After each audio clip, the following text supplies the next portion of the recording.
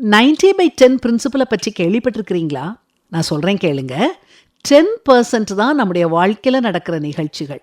மீதி 90% நாம எப்படி அந்த நிகழ்ச்சிகளுக்கு ரியாக்ட் பண்றோம், எப்படி பிஹேவ் பண்றோங்கிறத வச்சு இருக்குது.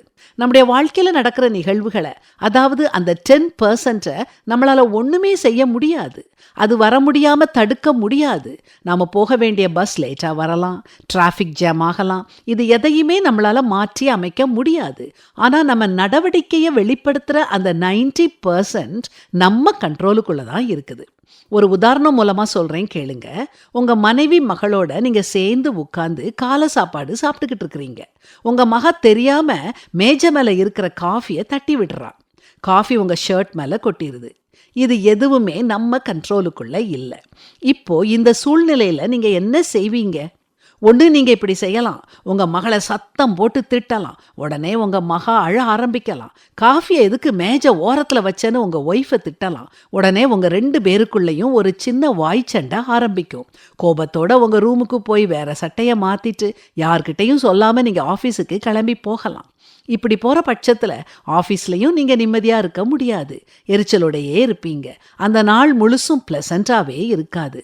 உங்க மகளுக்கும் மனைவிக்கும் கூட அந்த நாள் சந்தோஷமான நாளா இருக்காது. ஆனா காஃபி உங்க மேல பட்ட உடனே நீங்க வேற மாதிரி ரியாக்ட் பண்ணியிருந்தீங்கன்னா எல்லாமே வேற மாதிரி இருந்திருக்கும். உங்க மகா கிட்ட, பரவாயில்லம்மா, தெரியாம தானே கைப்பட்டு காஃபி கொட்டிட்டுது, கவலைப்படாத, அப்பா வேற ஷர்ட் மாற்றிக்கிறேன் அப்படின்னு சொல்லலாம். மனைவி கிட்ட, இன்னொரு காஃபி போட வேண்டாம், நான் தண்ணி குடிச்சுக்கிடுறேன்னு சொல்லலாம்.